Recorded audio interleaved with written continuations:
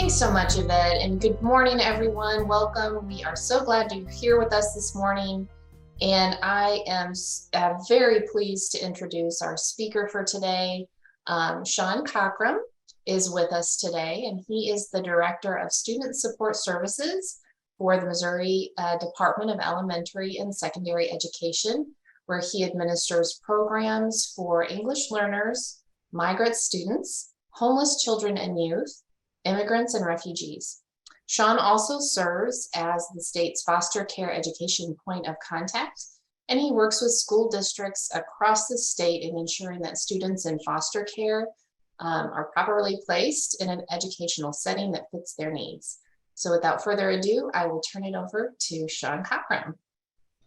Thank you, Angie. Thank you, Yvette. And thanks, Val, for the wonderful music from Encanto as we came into the meeting today. I appreciated that. That was fun. As an educator, we're required to give pop quizzes, as you guys remember from your school days. So here's your pop quiz for the day. Although this one's going to be a little different because I'm going to give you the question and the answer as we go through these. But these are just kind of conversation starters. Maybe think about it a little bit. So the first question, are students required to show current residency in a district in order to enroll? When I mean district, I mean traditional public school districts and those charter schools in the urban areas. Not really talking about the non-public schools today or the private schools, but if you have questions about those and how those work, I'd be happy to talk about those. So are districts required to show current residency in a district? Yes, they are. State law says that in order for a student to enroll, they have to show where they live. And be able to document where they live. And as you know, that's probably mostly has to do with where the local tax base is and where we're collecting funding and who we're serving, things like that. But I'll talk about that a little bit more as we go. What about a birth certificate? Are students required to present a birth certificate upon enrollment? The answer to that question is no. Missouri statute does not say they have to show a birth certificate. And I know that's very traditional across the state where you got to bring in a birth certificate to show how old you are. But there are other ways to show how old a person is. There are other birth records. There are other documents. There's a family Bible could be something that could use to document. An affidavit from the parents that they signed to say that my child is a certain age. So it doesn't have to be a birth certificate, which is important when it comes to sometimes foster students, because not always do they have the ability to carry a lot of records with them when they make transitions from a house to a foster setting, from one school district to another. Grabbing up the vital paperwork is not always the first thing on their mind. And the same thing with the social security number. No, districts cannot require social security numbers. They're really not supposed to ask for them during the enrollment process. After a child is enrolled, they may ask for a social security number for certain purposes. But when it comes to enrolling a child, they're not even required, not even supposed to be asking for one. That goes along the lines mostly for my refugee, immigrant, and English learners and the situation on their immigration status. Not having a social security number is not a reason to not have a child attend school. Next thing I want to talk about a foster care bill of rights. This was passed by our state legislature a few years ago. It requires public school districts and placing agencies to ensure foster students don't fall through the cracks when it comes to receiving education. Part of the Foster Care Bill of Rights and the Every Student Succeeds Act, which is a federal legislation, required all school districts to have an educational liaison. So every public school district, every charter school district has a person who's in charge, who's designated by the school board to work with foster students in making sure they get placed properly.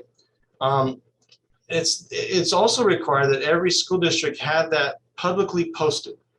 Part of my job is to ensure that that gets publicly posted. In most cases, probably every case, on the school website, you can find whoever is listed as the foster care liaison. So that's good information to know, because that person is going to be the one person in the district who's required to know all the rules and regulations when it comes to serving a child and getting them into the proper educational setting. One of the things that the Foster Care Bill of Rights states is that the placing agency, which is our Children's Services Division here with the state, not with the Department of Education, they must take into consideration the foster child school attendance area when placing a child. Now, I've seen this, I don't want to say violated, but sometimes unavoidable when a child would be placed 3 or 4 districts over, where transportation can be a real hardship back to the previous district. But their main goal, and it's the law says they must take into consideration the attendance area when placing a child. And when we say attendance area, we basically mean the school district. Now, within a school district, like I'm sitting here in Jefferson City, and there are different attendance areas where children who live in a certain neighborhood will attend a certain junior high, elementary school, or high school here in Jefferson City. Now, sometimes in rural areas, we have the district is one complete attendance area, and there's one elementary, one middle school, one high school. But in the suburban areas and places like Jeff City and the urban areas, attendance areas are broken down within school districts. And so when we're placing children, there's a strong consideration must be made to where that is. And we don't want to really have students placed miles and miles away from the school that they're attending, because of transportation issues and other issues, just the trauma of having to go through the entire process and the travel that's necessary when you're placed too far away. So that's part of the Missouri Foster Care Bill of Rights, Senate Bill 291, if you ever want to research that. Pretty easy to find. There's a lot more to it than that. But that's the part that pretty much includes what we're trying to get to when it comes to making sure foster care students are included and educated in the best possible way that they can. I'm going to hit the next one here. So there's some federal legislation. I just mentioned the ESSA, which is Every Student Succeeds Act, which is a reauthorized version of the Elementary and Secondary Education Act. It was first signed into law back in 1964 by Lyndon Johnson, part of the Civil Rights Acts that were also passed at that time, the war on poverty, so to speak, that happened back in the early 60s as far as legislation. And there's lots of other things that happen at those times. But so this is a long established federal legislation in place that ensures that students in foster care have the right to remain in the same school, even if they change living placements. And a lot of times that can get overlooked. If I live in Jefferson City and I get placed in Columbia, they think automatically they're going to go to school in Columbia, but they have the right to remain in the Jeff City schools. And so then the Jeff City schools, Columbia schools, the child welfare agent, the social services, child welfare advocates, would do all that they can do to arrange and make sure the child is transported safely and effectively to get them back to their original school. That's the starting point when it comes to educational placement, that they stay in the school that they were in. We want to ensure educational continuity.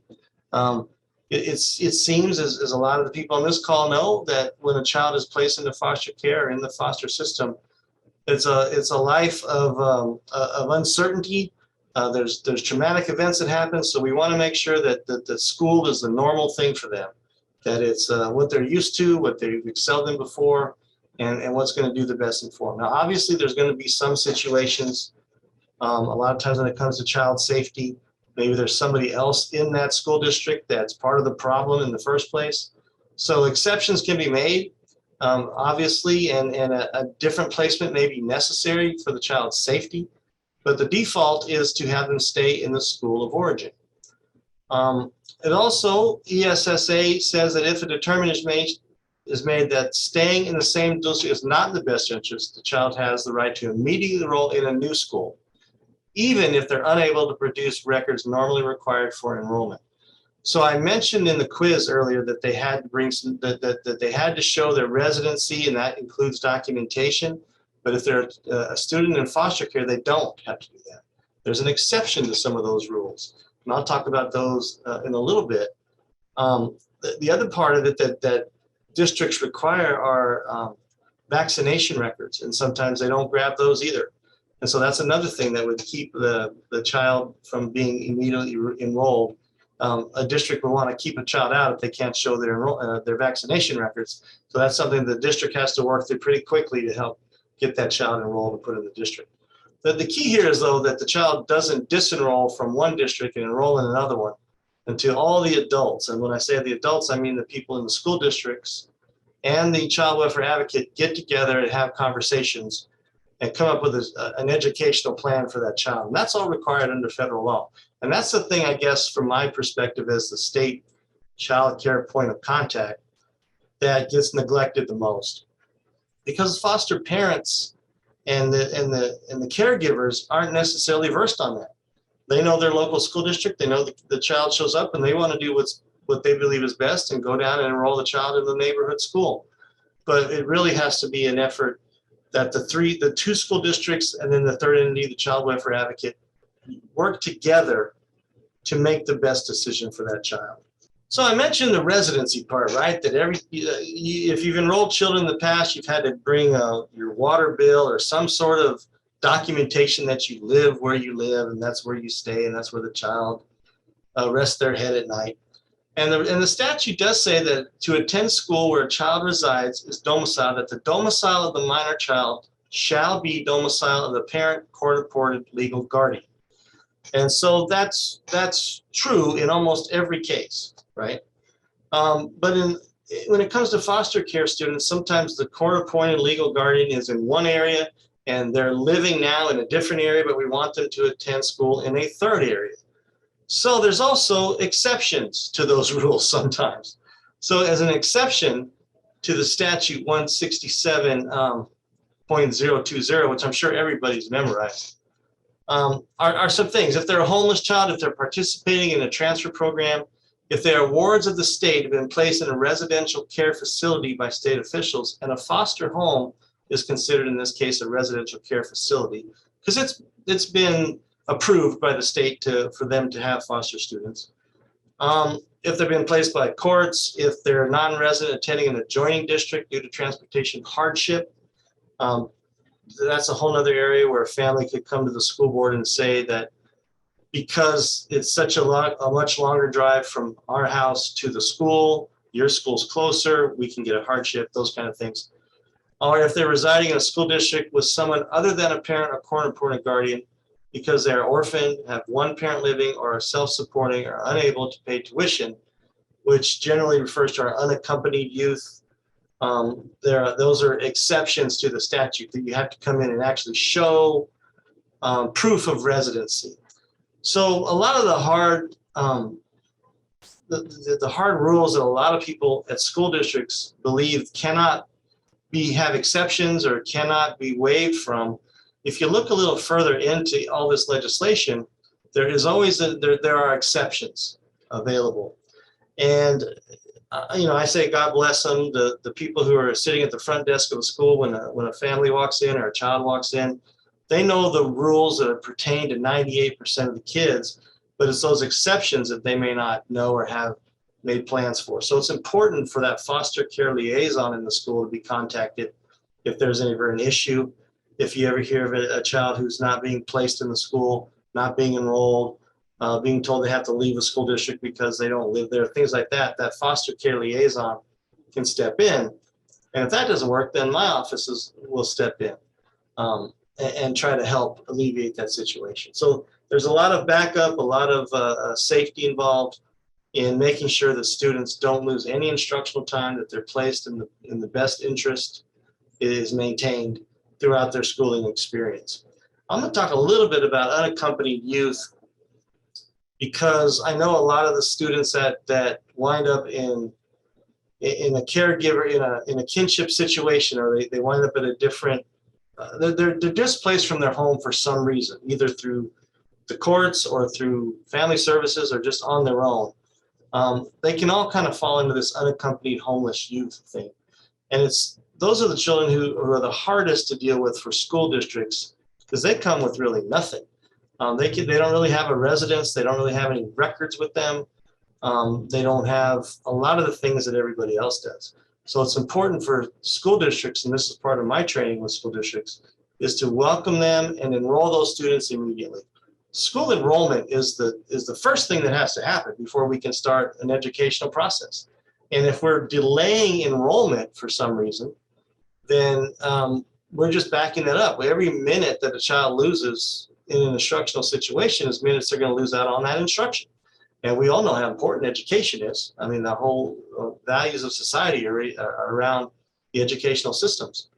So it's so important that students get enrolled and that process gets started no matter what their situation is, even if they can't explain what their situation is. And there are some compulsory attendance laws in Missouri. If you're of a certain age, if you have not reached 17, if you're over 7, you have to go to school. Okay, that's been around forever, right? And so the law states that any parent, guardian, or other person having custody or control of a child between these ages must ensure the child is enrolled and regularly attends public, private, parochial, home, or a combination of schools for the full term of a school year. So this is where we talk about foster care and the caregivers, that if for some reason it's the adult's fault, the guardian, the parent, the other person having custody control, if they're the ones who are keeping the child from being enrolled and attending public school, they are in violation of the compulsory attendance law. And we know breaking the law is serious. So that's important. And sometimes that happens because of the confusion about who can enroll, where they can enroll, and how the process works. It's not necessarily malicious. It's just a matter of, we're going to wait until we get records from the other school, or we're going to wait for you to bring in a birth certificate, or we're going to wait for you to bring in some sort of form of identification. When an adult says that, even if they're with the school district, they're violating section 167.031 of the Missouri Revised Statutes that says that we're responsible for making sure that students are attending schools. And when we say schools, it's pretty wide open. The public schools, charter, parochial, those are what we call the non-public schools. Not all of them are religious affiliated. Homeschool, or a combination of schools. And in Missouri, since the pandemic, the virtual school options have been a lot more popular. And there are other ways to attend school. So it's not necessarily that they have to be in the local public school. There are options still for parents and caregivers, but they've got to be in something. And that's another thing that foster care liaison is going to make sure to reach out and make sure those kids are in a school, some sort of school setting. I say school setting, I should say educational setting, receiving instruction. That's compulsory attendance law, and that's very important, to not be the person who's causing the student to be truant and not be in school, because you're breaking the law at that point. So there are some exceptions. Like I said, you can always look a little farther as exceptions. A child who's determined by the chief school officer, that's our commissioner of education, to be mentally or physically incapacitated may be excused from attendance, obviously. Child between the ages of 14 and 17 may be excused from attending full-time by the superintendent of the local school or by a court of competent jurisdiction when legal employment has been obtained by the child. So there are a lot of children who will drop out of school with permission from the school if they can show they have a job. Now that gets a little tricky, because sometimes those 16-year-olds, 15-year-olds can be stubborn, can be a little bullheaded and say they just don't want to go to school. And that becomes a dropout on the school's records. And it can happen if the superintendent of the public school or a court says that they're gainfully employed and they can do that. And then for the other is can be excused from attendance if parent, guardian, or person having custody makes a written request that the child be dropped from the school's rolls. So they're going to be dropped from the school's rolls, but even in those cases, between 5 and 7, it's not compulsory. So it'd be a kindergarten child, basically, that they would say, we're not ready for kindergarten. Sometimes that happens. They're not quite ready for kindergarten. We're going to come back later, maybe start kindergarten a year later or something like that, or start a little older and be in a age-appropriate situation. So there's some exceptions to the law, but basically if you're between 7 and 14, definitely, there's no exceptions. They have to be in some sort of school setting. I'm gonna let people ask some questions now. It's okay. I know I've spouted through a whole bunch of law and lots of regulations and rules, and I talk pretty quickly. So Angie, if it's okay, I think it'd be a good time if we have any questions or any comments people want to make.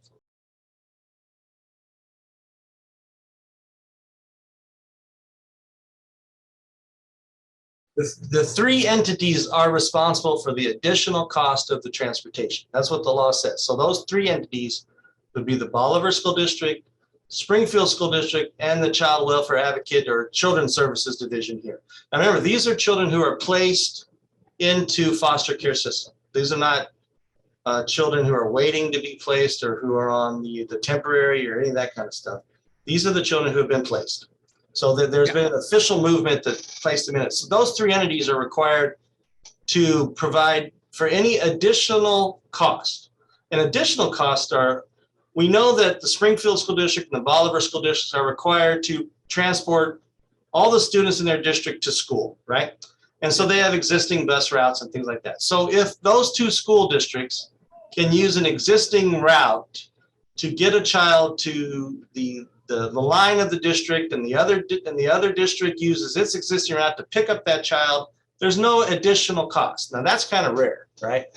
So the additional cost would come from those three entities. It's not going to be the requirement of the foster family. It's got to be one of those three entities. Now, we know that the Child Services Division receives funding every year to pay for these things, but they never receive enough. So they're always running out of that money, which there's a big need for it. And our legislature does not appropriate enough money to cover all the needs for transportation. So I've seen districts that will pay the foster parent mileage to do it. You know, that's one way to do it. We have districts that will hire cab companies. What you can't do because of Missouri statute is put them on a city bus I know that doesn't pertain in your situation, but I've seen districts get really creative in finding transportation and hiring that out, but they never have the requirement to say the foster parent has to do it. Now the foster parent could definitely volunteer or even get paid to do it. I mean, they can get into the solution, but that's not a requirement. That's a good question. I get that one a lot because it seems like that's always confusion. And the law is kind of vague on it, to tell you the truth. It just says those three entities have to do it, but it doesn't say which one has to do more than the other. Is it 75% low? You know, it doesn't really say that. They just have to get together and work it out. And I get that it's vague, but I think a lot of school districts and foster parents would really like to see more definition in that. I'm going to put up my contact information. I'm with the Department of Elementary and Secondary Education. Part of my job is to work closely with the Division of Youth Services. So I have contacts over there who work with foster students and foster families. I also meet regularly with representatives from school districts. If you ever have any issues with the school district and you just have questions, I would recommend you give me a call. I can always answer questions. I don't have any, there's not a program like I have my other programs where there's funding associated with this one. Hopefully, if we all talk to our local legislators, as has happened in other states, there's some funding that could come from the state to school districts that can help with transportation issues and educational issues, providing more information to parents, things like that. That would need some help from our state legislature. So if you ever feel the need to talk to one of those guys, you can always urge them to provide funding for schools to help support foster students. I have a page on our DESE website. If you just go to the DESE website, type in foster care, it will take you to the foster care page where all the laws and all the guidance and everything, the best interest determination process, what to do for transportation, how to help those students who have special needs. We have a lot of information on that page. So I would recommend if you ever get an opportunity, go to the DESE website. In the search box, type in foster care because it's a little bit hard to navigate our page to try to find it by clicking on things. So just go to the search box and type it in and you'll come to the foster care page.